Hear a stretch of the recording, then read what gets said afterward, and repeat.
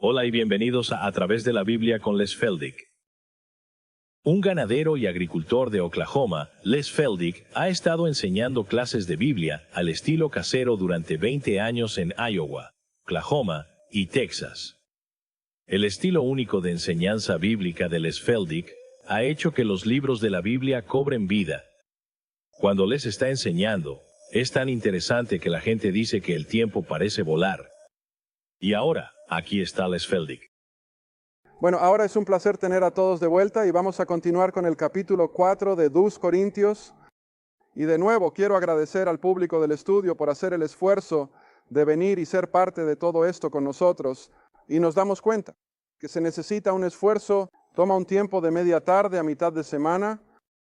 Y luego para aquellos de ustedes que se están uniendo a nosotros por televisión, de nuevo siempre nos gusta agradecerles por sus cartas y por sus comentarios, por su ayuda financiera, porque todo esto es lo que hace que el ministerio funcione y confiamos en que el Señor lo está utilizando para alcanzar corazones que nunca realmente han disfrutado de las Escrituras antes. Supongo que esta es nuestra carta favorita.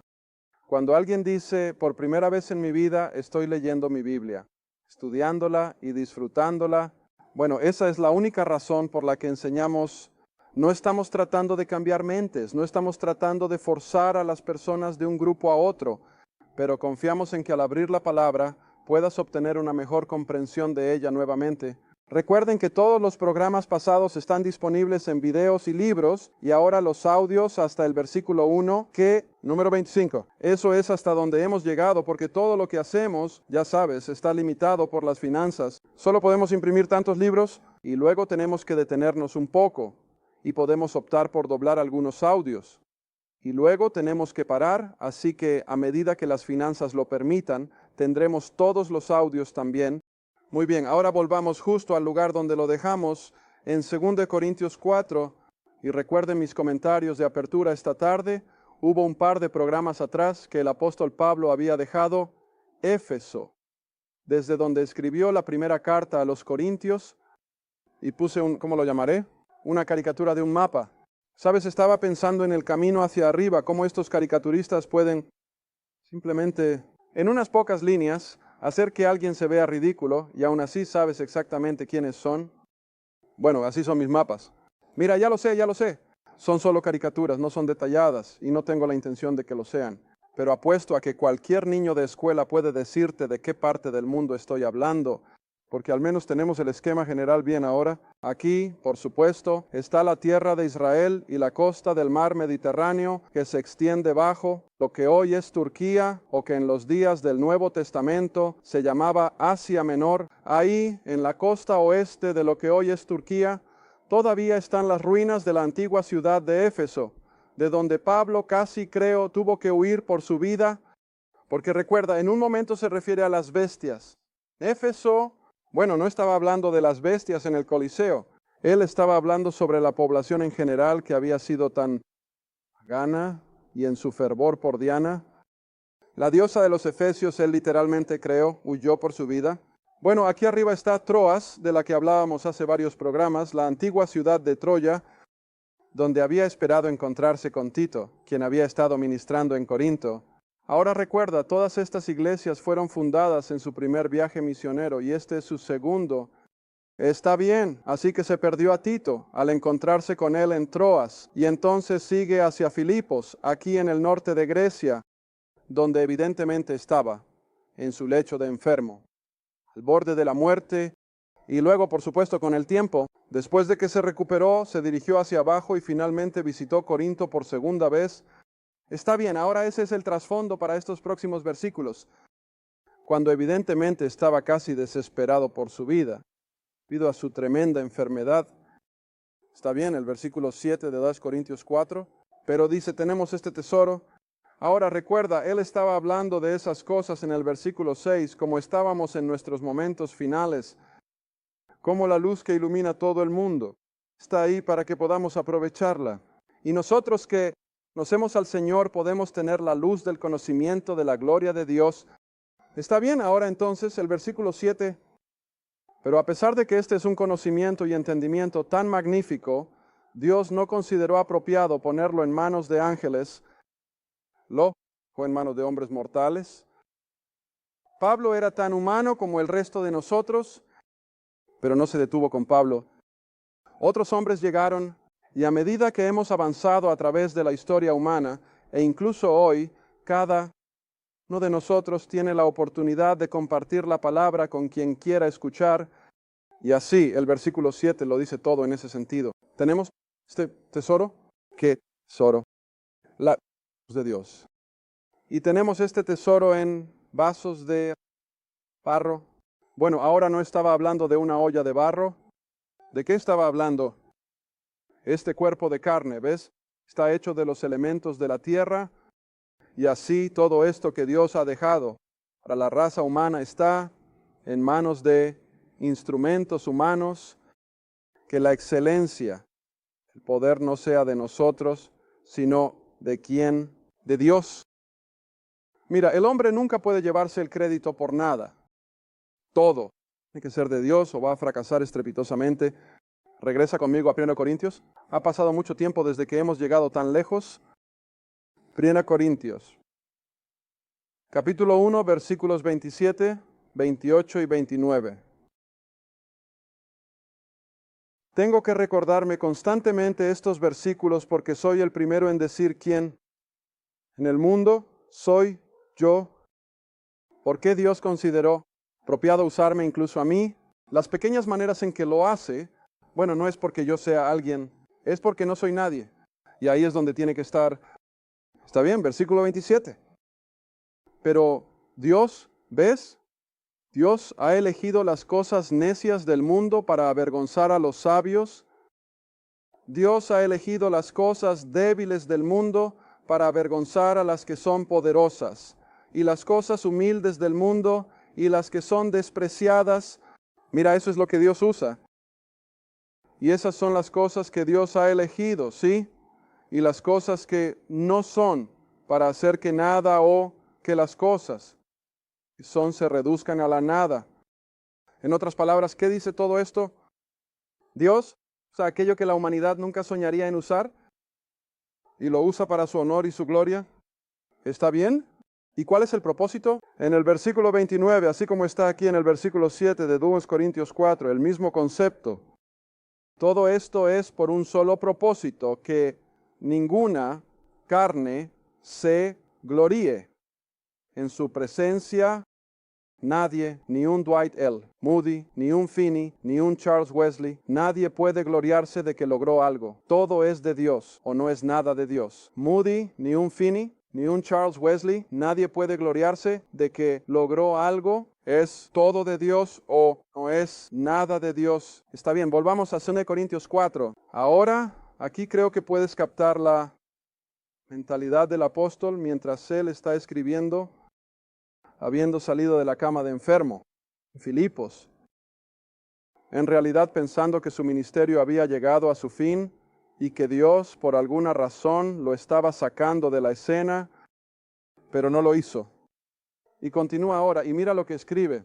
Estamos atribulados por todas partes, pero no angustiados. Estamos perplejos, pero no en desesperación.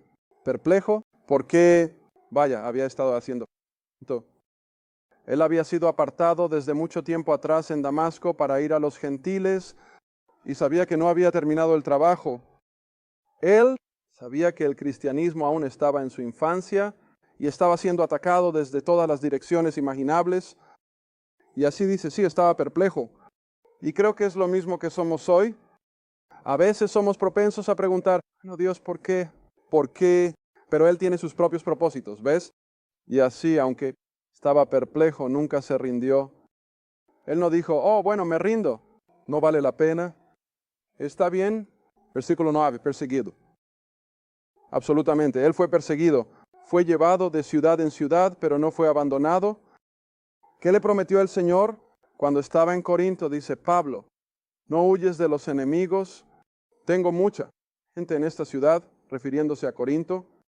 Y así aquí de nuevo dice, no abandonado, derribado, postrado en una cama de enfermedad, decepción, no habiendo podido reunirse con Tito, quien era, como Timoteo, una parte fundamental de todo su ministerio. ¡Qué decepción!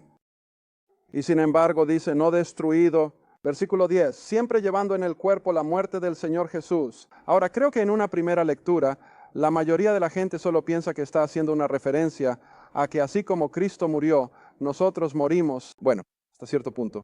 Pero creo que si conoces el contexto aquí, Él se había levantado de una cama de enfermo que pensaba que era para la muerte. Y así a esto es a lo que se refiere. El hecho de que estaba muriendo, incluso en medio de su servicio al Señor, y la vida ofrecida por Jesús podría manifestarse en nuestro cuerpo. En otras palabras, mientras estaba acostado en esa cama de enfermo, que creo que podemos suponer que estaba allá en Filipos, aun cuando pensaba que su ministerio había terminado, ¿de qué estaba seguro que había hecho tanto como el Señor había querido que hiciera? Sabes, siempre tengo que pensar en cómo le escribió a Timoteo, que por supuesto fue al final de su ministerio. Regresa conmigo a eso. No es Timoteo probablemente la última de sus epístolas que fue escrita antes de que finalmente lo martirizaran.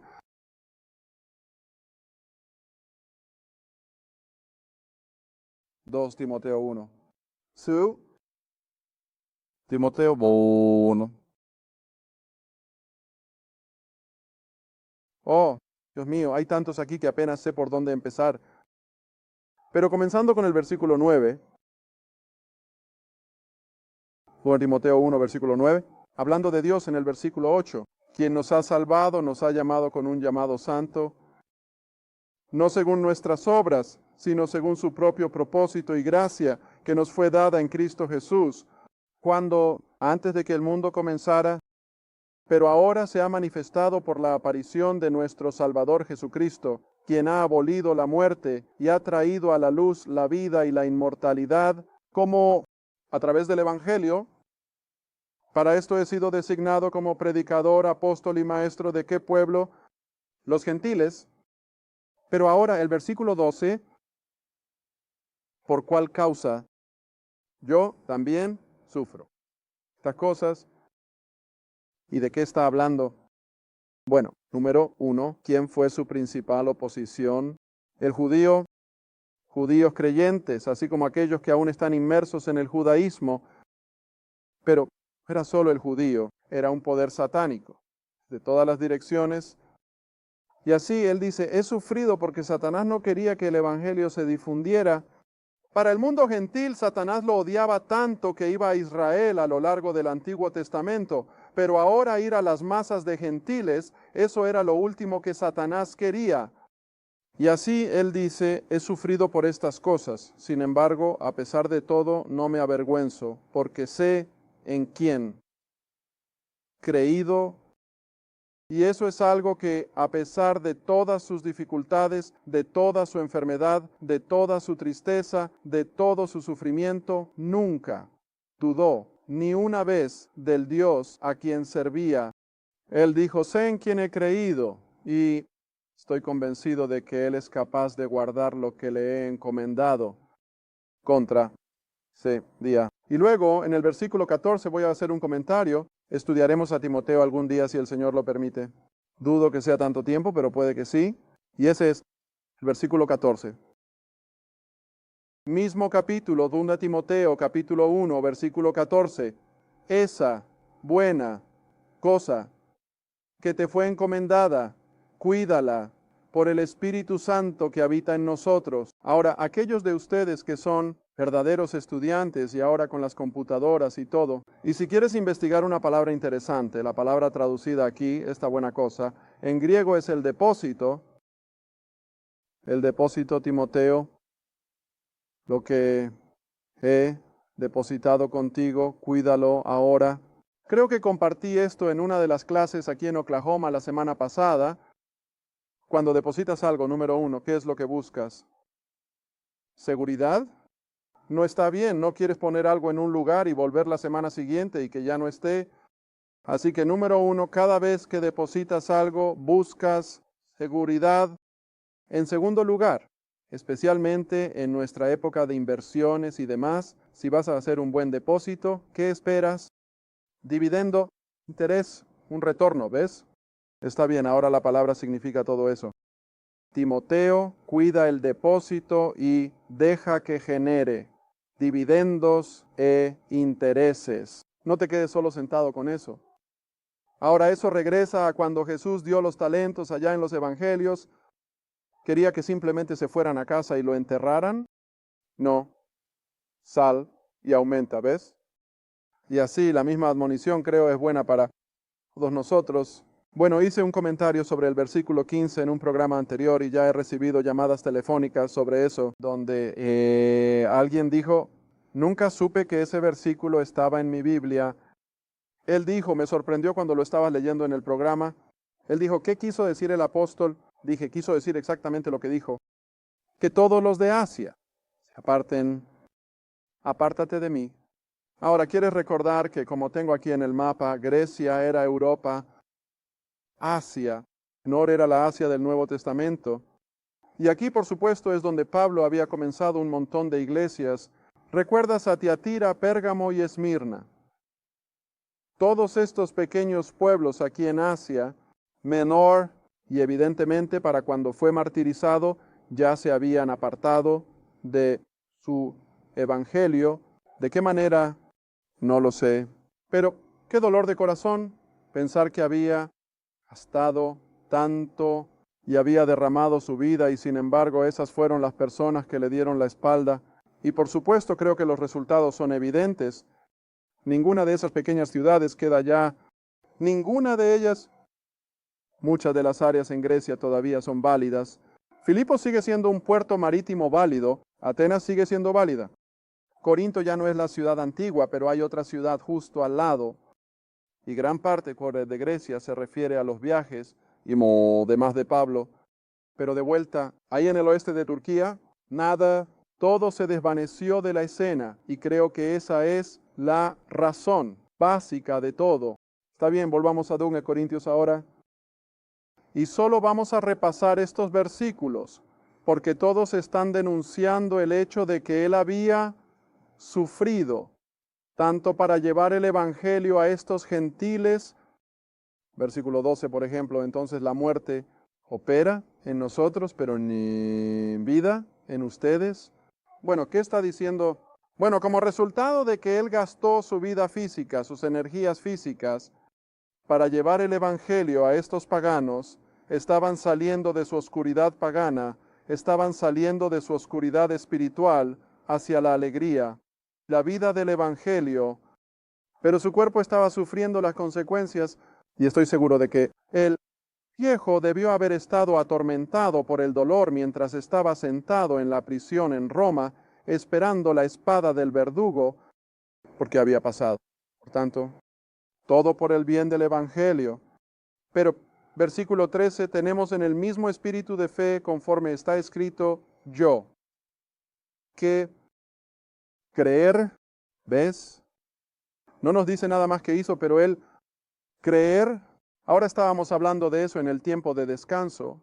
Quizás sea un buen momento para repasar esto. Vuelvan conmigo al capítulo 9 de Hechos, Hechos capítulo 9. Sé que muchos de nuestros amigos estaban conmigo cuando estudiamos esto, pero muchos de ustedes no.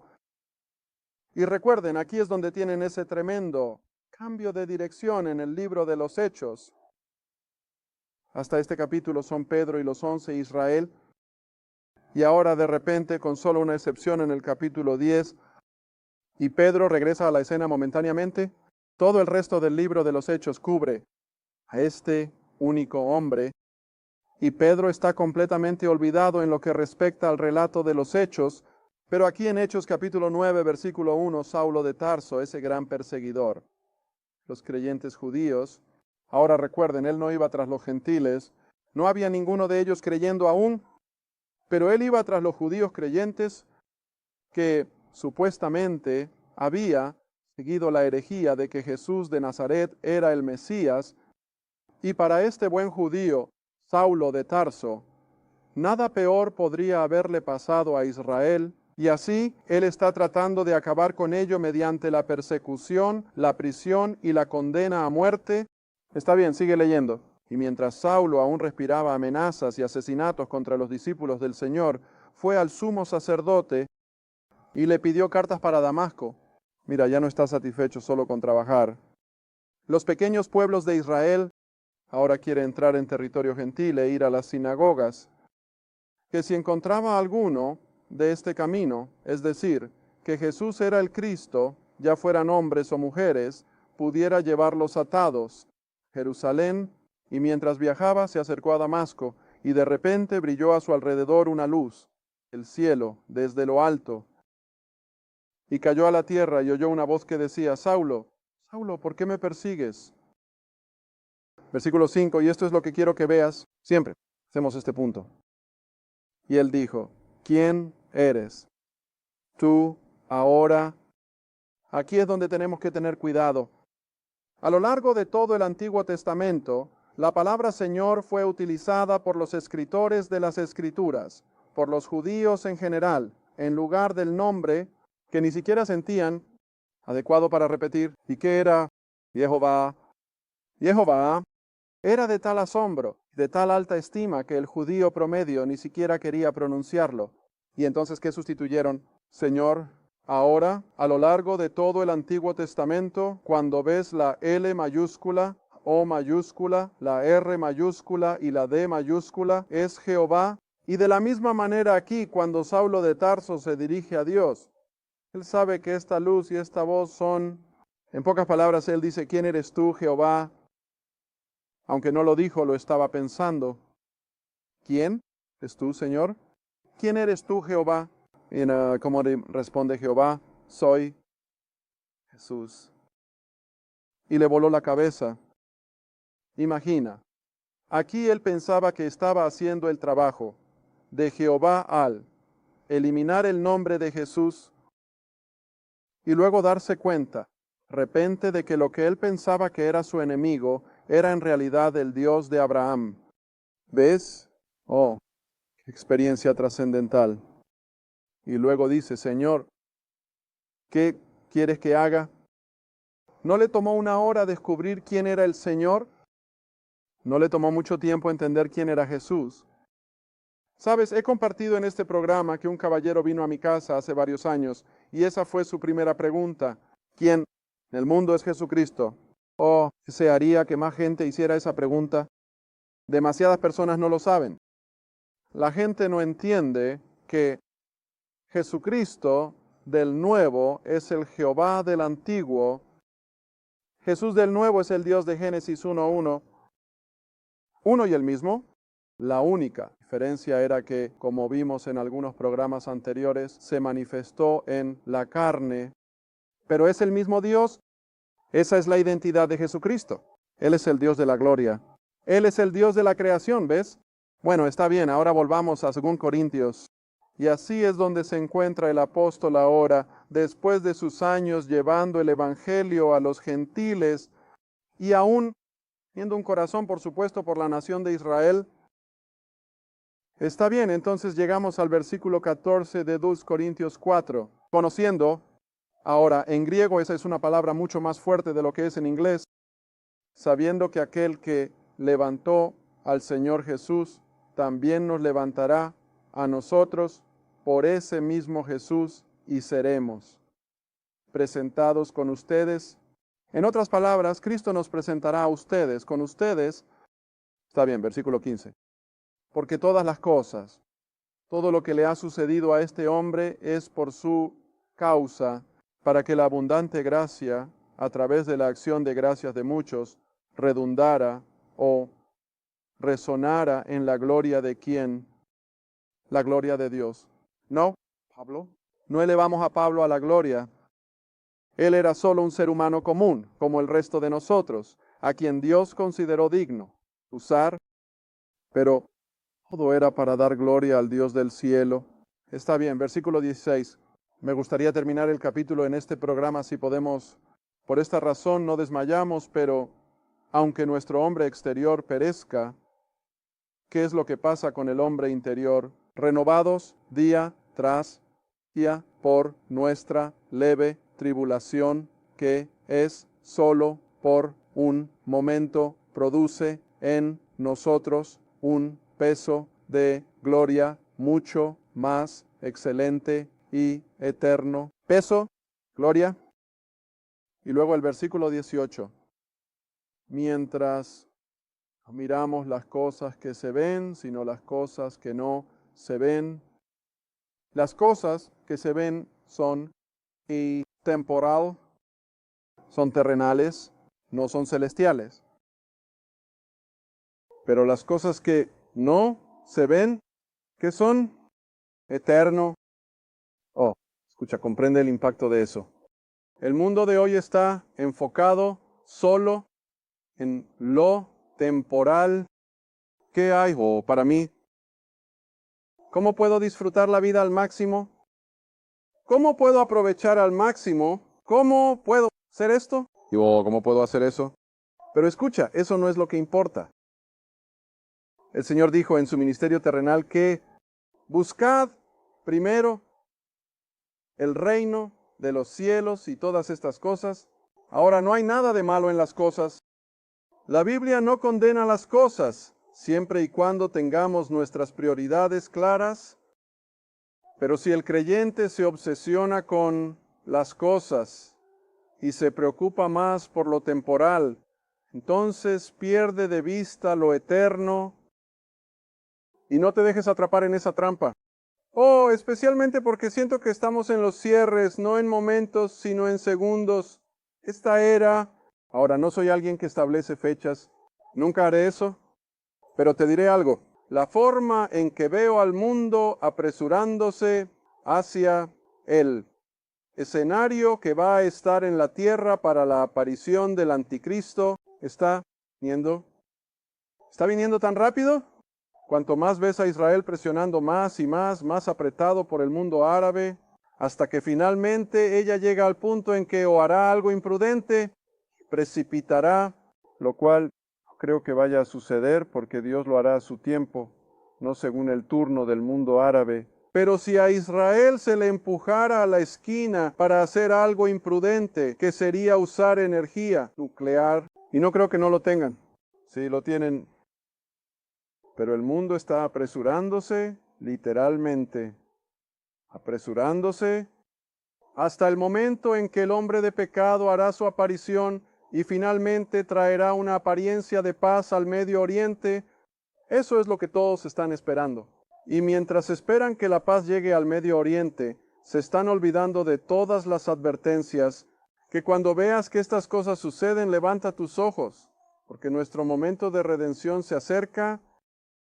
Y escucha, cuanto más ves explotar la tecnología, cuanto más ves la política mundial moverse hacia un formato global, cuanto más ves la economía global, cuanto más ves a las religiones y las principales denominaciones del mundo unirse bajo un mismo liderazgo, y lo están haciendo, escucha, entonces eso nos dice que el tiempo es corto. Y así, volviendo a nuestro versículo otra vez, no te preocupes por las cosas que se ven. Oh, pero más bien mira las cosas que no se ven porque son ¿qué? Eterno. Gracias por ver a través de la Biblia con Les Feldick, un estudio bíblico semanal. Si deseas más información sobre los ministerios Les Feldick, un estudio bíblico en tu área, o sobre este programa, escribe a Les Feldick Ministries. Ruta 1. Caja 760, Ciudad de Quinta, Oklahoma, T45552. Esa es la ruta 1. Caja 760, Quinta, Oklahoma, T45552. A través de la Biblia con Les Feldick es apoyado por los espectadores. Y tu donación es apreciada. Gracias, y asegúrate de sintonizar la próxima vez para A través de la Biblia con Les Feldick.